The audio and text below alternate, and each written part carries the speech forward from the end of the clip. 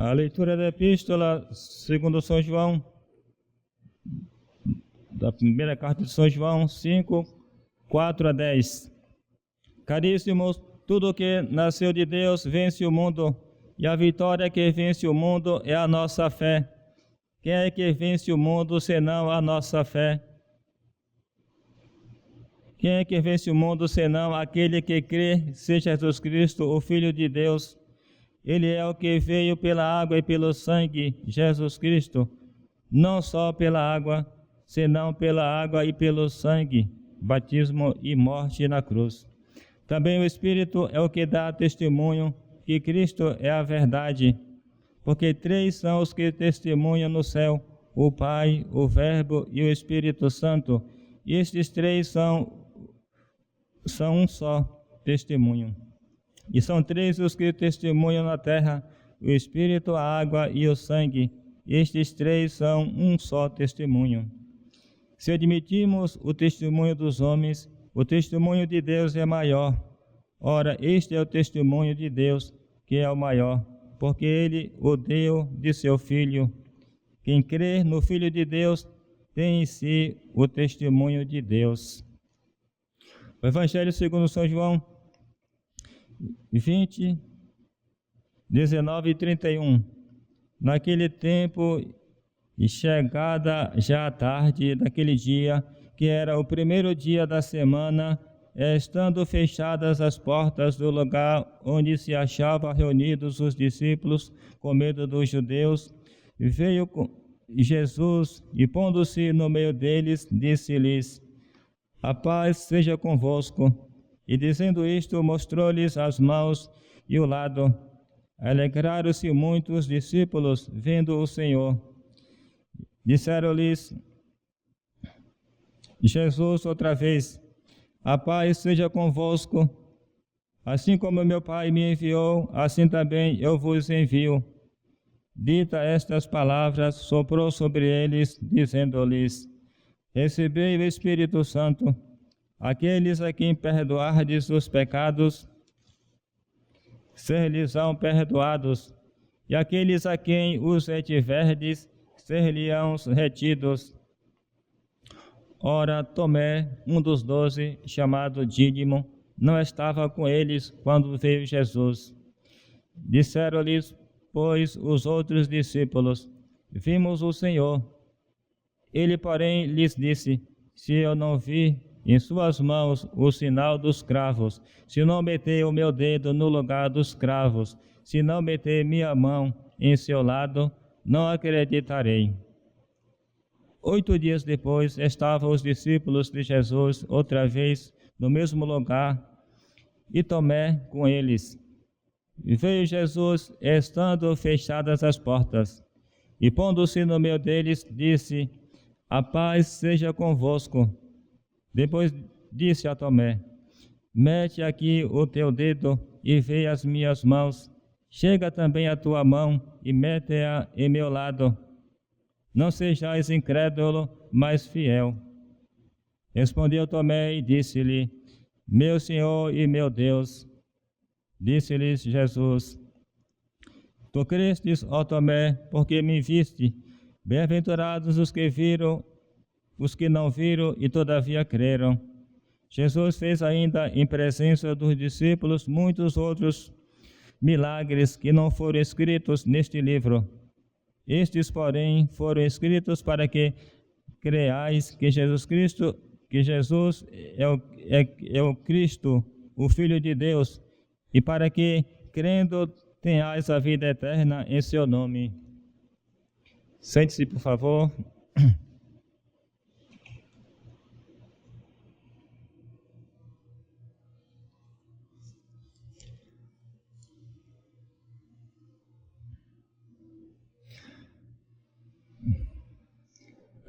Caríssimos irmãos, estamos no primeiro domingo depois da Páscoa.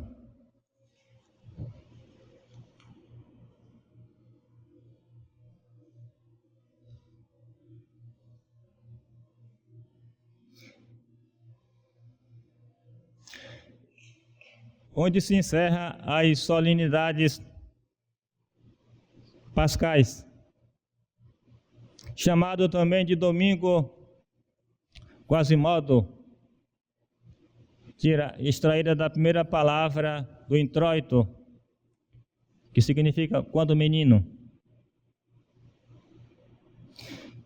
Também se chama domingo Inaubis, porque era neste domingo que os neófitos, os recém-batizados, trocavam suas vestes cândidas, suas vestes brancas, para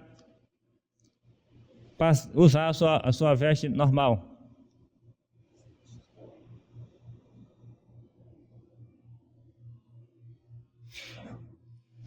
E hoje também a oitava da Páscoa, dia solene que termina as festas pascais.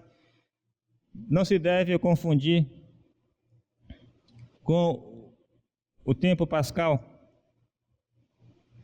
período que compreende toda a vida do Salvador aqui na terra e a descida do Espírito Santo, que se estende um pouquinho até o dia da Santíssima Trindade, que é celebrado no domingo seguinte a Pentecostes.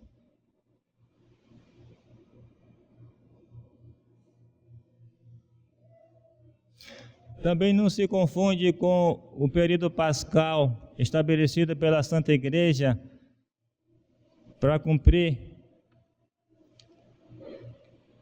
a obrigação do católico confessar-se ao menos uma vez por ano, comungar ao menos pela Páscoa da Ressurreição. Esse período pascal estabelecido pela Igreja para fazer essa obrigação ocorre desde 2 de fevereiro, aqui no Brasil, até 16 de julho. É um período mais longo e que tem mais ou menos uns 6 meses aí.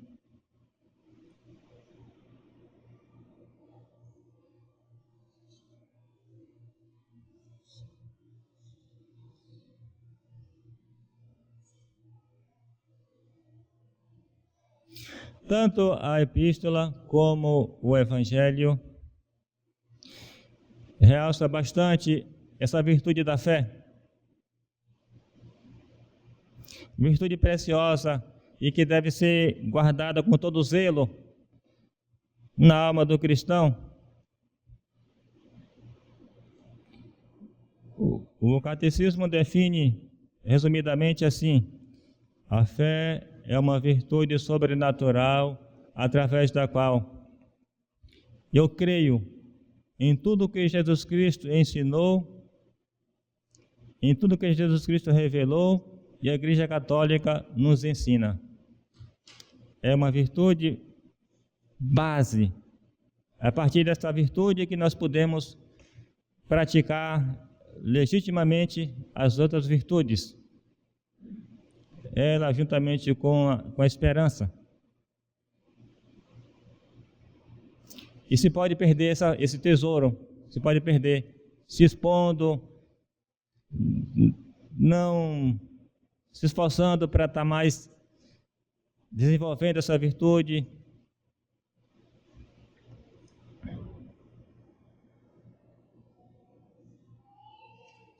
Estamos na expectativa da escolha de um novo Papa.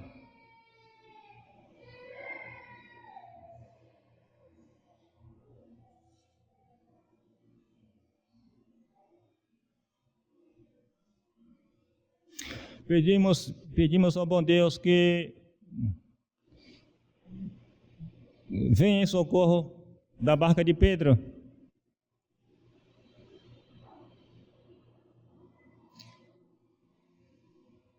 E que dê à igreja um Papa fiel a Nosso Senhor.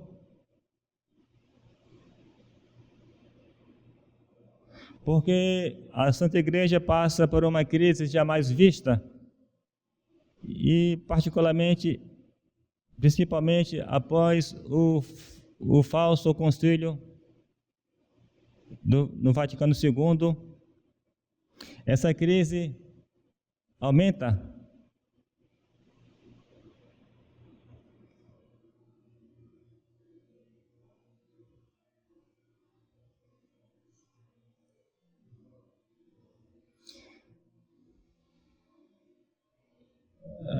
Inclusive, a intenção da missa de hoje, estou sem intenção e estou pedindo como intenção principal que Nosso Senhor dê à Igreja um Papa fiel, cumpridor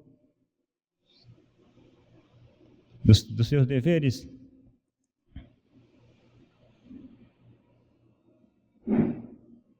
E dê à Santa Igreja um Papa que tenha a divisa, nem somente na teoria, mas na prática, de São Pio X, restaurar todas as coisas em Jesus Cristo, e não na humanidade, não no falso ecumenismo,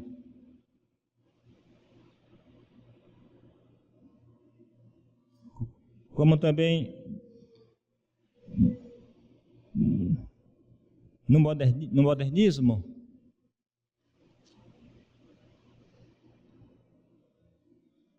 que é uma nova interpretação da doutrina, dos dogmas, e que então toda a tradição católica fica de lado, não tem mais valor. É um rompimento profundo com a doutrina, com os dogmas católicos de 2000 anos. E nem tão pouco com o ecologismo.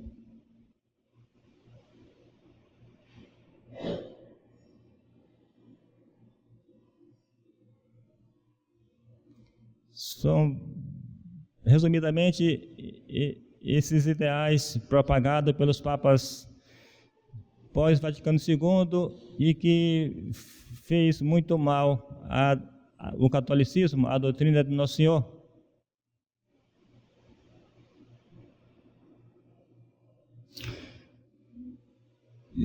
Sendo assim, a crise da igreja continua, o estado de necessidade da igreja continua.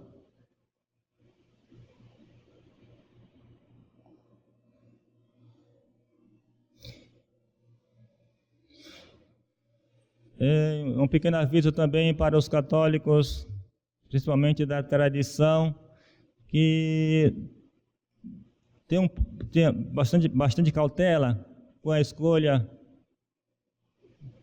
do novo Papa, porque eu me lembro que com a escolha de Bento XVI, saiu um pouquinho, uma pequena melhora, porque os católicos já cansados com aquele ecumenismo de João Paulo II, promovendo os cultos das falsas religiões, e estava bastante cansado, já um tanto escandalizado, e os católicos da igreja moderna, mas que essa escolha trouxe para a tradição um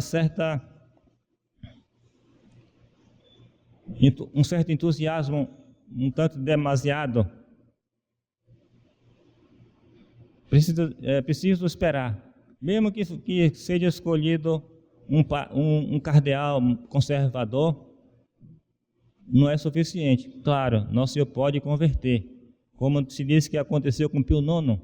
Ele foi escolhido, ele tinha uma linha liberal, Pio IX, mas quando escolhido, ele se converteu, já como Papa. Nosso Senhor pode fazer, mas é importante a prudência, não se precipitar, esperar o tempo que vai mostrar realmente se esse possível conservador vai realmente fazer com que a igreja passe a pregar livremente a sua sã doutrina e defender a tradição.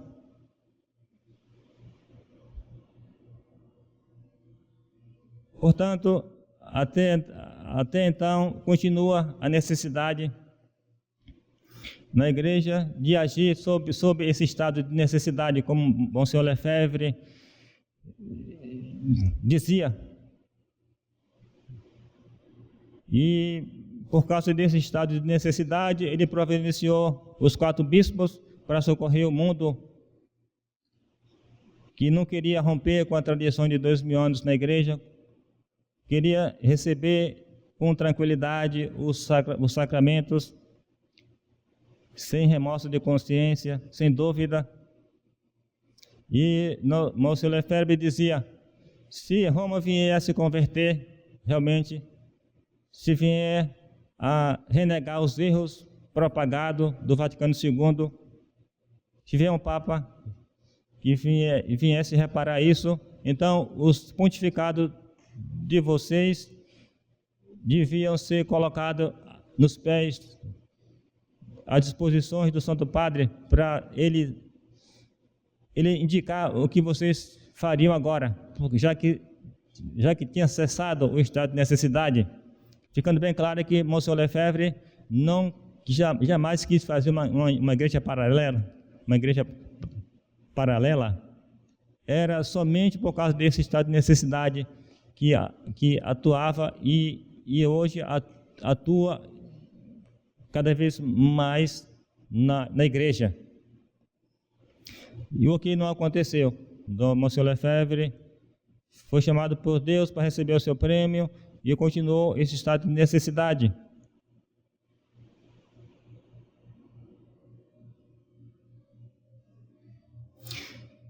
E não podemos nos esquecermos de estar sempre suplicando, pedindo a Nosso Senhor e também agradecendo por Nosso Senhor ter suscitado na igreja homens que nos socorreu para conservar a nossa fé. Monsenhor Lefebvre, pouco lembrado, do Antônio de Castro Maia e Dom Williamson, Monsenhor Richard Williamson, o bispo inglês,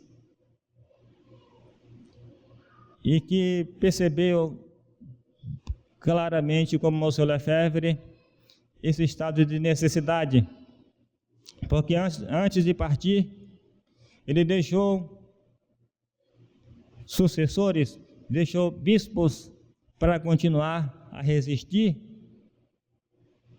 os modernistas, a doutrina modernista, e assim até Nosso Senhor providenciar um meio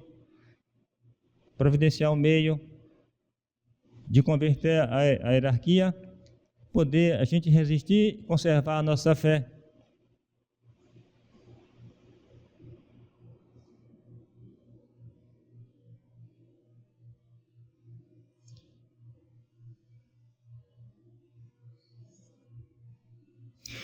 Existe um livrinho acessível às pessoas hoje, de São Vicente de Lerran, bem antigo. São Francisco de Lerran é do século V, do começo do século V.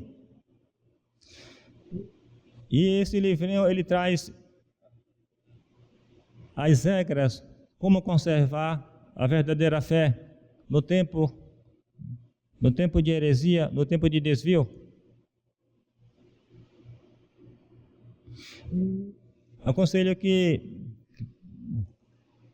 leia esse livro, é muito bom. Parece que ele está falando para a nossa atualidade. Ele lembra bem que o que não pode jamais a igreja romper com a tradição, com a sua tradição, com a doutrina dos apóstolos, e esse apego a essa tradição é importante porque isso é sinônimo de catolicismo. Ser católico tradicionalista não pode existir, é o verdadeiro. Não pode existir um católico modernista que faz agora as suas escolhas, que abandona o dogma de 2000 anos. Não pode.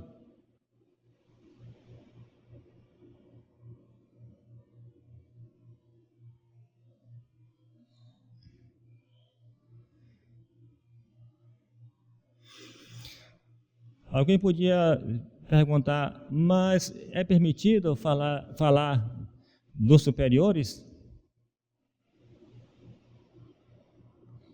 Sim, há situações que é lícito. São Tomás de Aquino nos instrui, dizendo assim que, assim como um súdito pode se defender da agressão de um superior, de uma agressão física de um superior, assim também qualquer súdito deve resistir a um superior que queira tirar a nossa fé, que queira nos desviar da doutrina de nosso Senhor Jesus Cristo, da doutrina tradicional da igreja. Então, é lícito, sim, advertir os fiéis e reagir mesmo, porque esse é o tesouro maior que nós temos. A vida, aqui na terra, a vida natural. Por isso, o direito que nosso Senhor deixou para cada um se defender, para defender, preservar essa vida biológica, essa vida natural. Mas mais ainda importante é essa vida sobrenatural que essa fé nos proporciona. E por isso, é a obrigação que nós temos de salvar a nossa alma.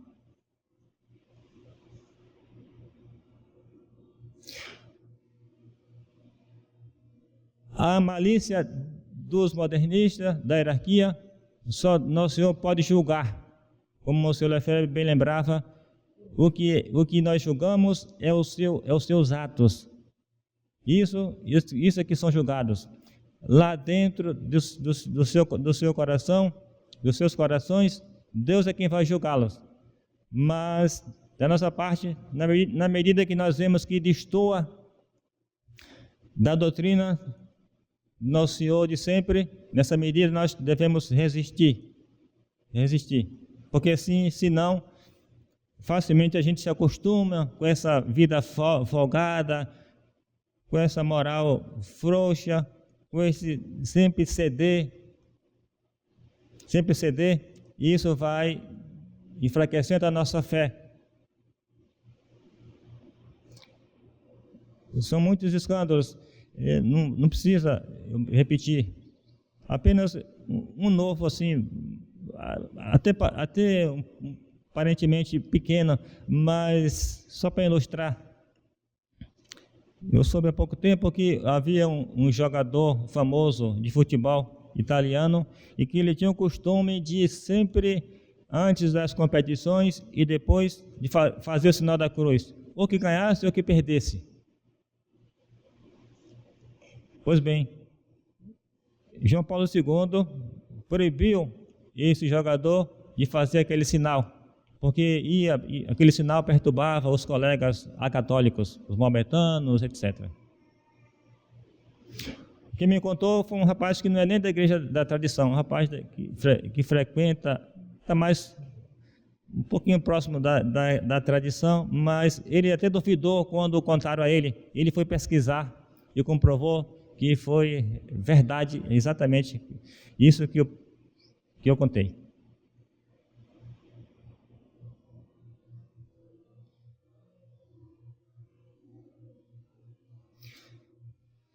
E o Santo Evangelho nos conta que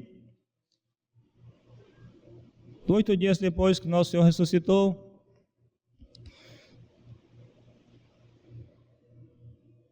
ele quis aparecer de novo ali naquele mesmo local, porque na primeira aparição São Tomé estava ausente, ainda não era santo. E quando os discípulos, os apóstolos contaram que tinham visto nosso Senhor, ele não acreditou. Ele não acreditou.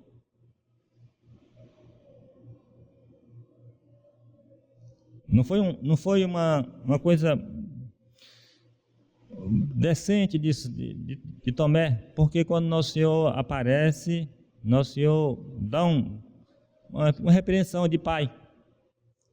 Não seja incrédulo, Tomé, mas você acreditou porque você viu. Não seja incrédulo, mas fiel, mas com fé.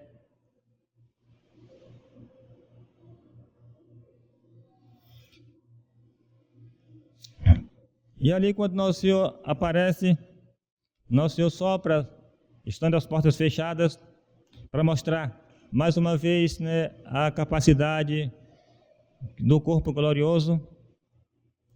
Nosso Senhor passa ali através da parede ou de qualquer coisa, sem precisar abrir espaço, e aparece ali no meio deles. O corpo é glorioso, ele é visível quando quer, é invisível quando quer também. E ao aparecer ali, diz aos apóstolos: sou eu, a paz esteja convosco, e soprou sobre eles: recebei o Espírito Santo, e os pecados que perdoardes, ser-lhes-ão perdoados, e os pecados que não perdoardes, não serão perdoados. É nesse momento que Nosso Senhor faz o sacramento da confissão.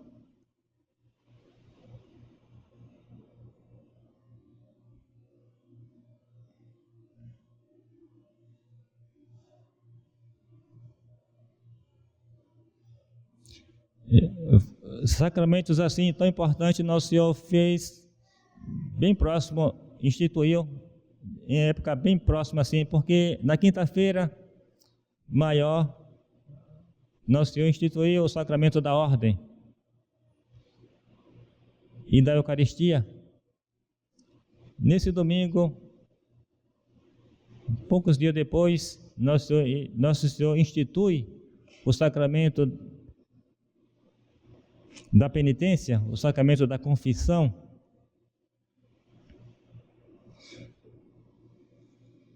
Sacramento importantíssimo que a Santa Igreja, vendo a necessidade desse sacramento para a salvação das almas, estabeleceu um mandamento de todo católico chegado ao uso da razão, se confessar ao menos uma vez cada ano. Claro, é uma regra, é um preceito bem folgado, porque é um ano inteiro que as pessoas têm para se confessar, no mínimo isso, no mínimo. Para as pessoas que estivessem mais distantes, realmente no ermo, o Brasil como é bem amplo, então para facilitar as pessoas a não pecar, omitindo esse preceito da igreja. E essa obrigação foi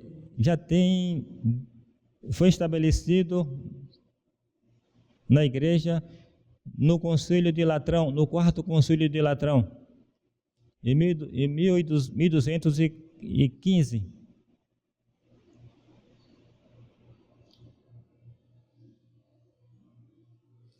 Então é muito proveitoso que as crianças que já compreendem o que é o erro, já compreendem o que é o certo, elas passem a fazer já as suas confissões. Isso é muito útil para a alma. E a confissão, na verdade, é quem converte o pecador. Uma confissão bem feita, uma confissão realmente com todas as características, com arrependimento, com o bom propósito,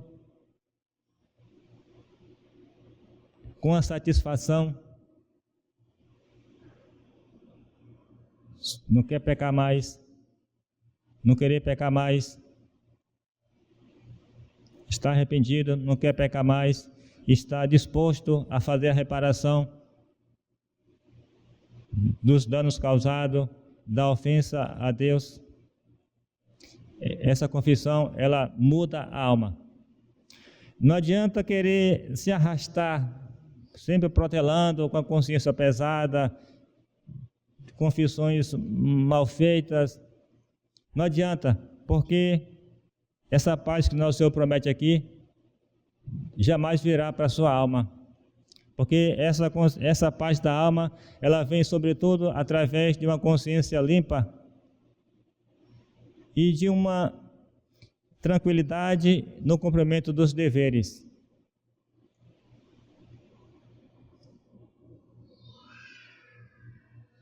E quantos pecadores ali presos pelo pecado, sem força, acorrentado, mas a graça atual que sempre age no pecador, depois de uma confissão ele sai dali transformado e agora conquistar o tempo perdido. Quantos?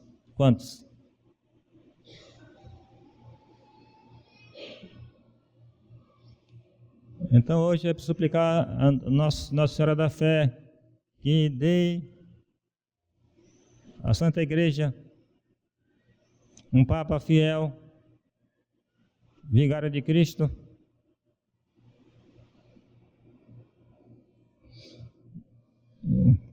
e nos dê uma fé cada vez mais viva, segundo São Gregório. A fé, quanto mais se acerca de coisas,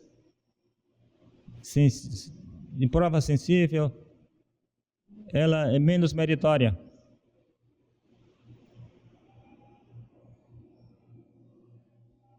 E certamente a fé de São Tomé era bem fraca, porque ele precisou apalpar, precisou colocar ali a sua mão no lado aberto do Nosso Senhor. Era uma fé muito sem mérito, uma fé muito pequena. Nosso Senhor tem direito de cobrar de nós essa fé, no poder da graça, na misericórdia do Nosso Senhor. É isso que nós pedimos a Nosso Senhor hoje na Santa Missa, que dê à Santa Igreja vir em socorro da barca de Pedro, que não deixe que ela só sobre, que ela se afunde. E que nos dê essa fé para sabermos a resistir nesse tempo de crise e que nem a tentação sede vacantista nos abale e nem a folga do liberalismo também nos arraste. Que nos dê esse equilíbrio, como teve Monsenhor Lefebvre, Dr. Antônio Castelo Maia e Monsenhor Williamson. Pai do Filho e do Espírito Santo. Amém.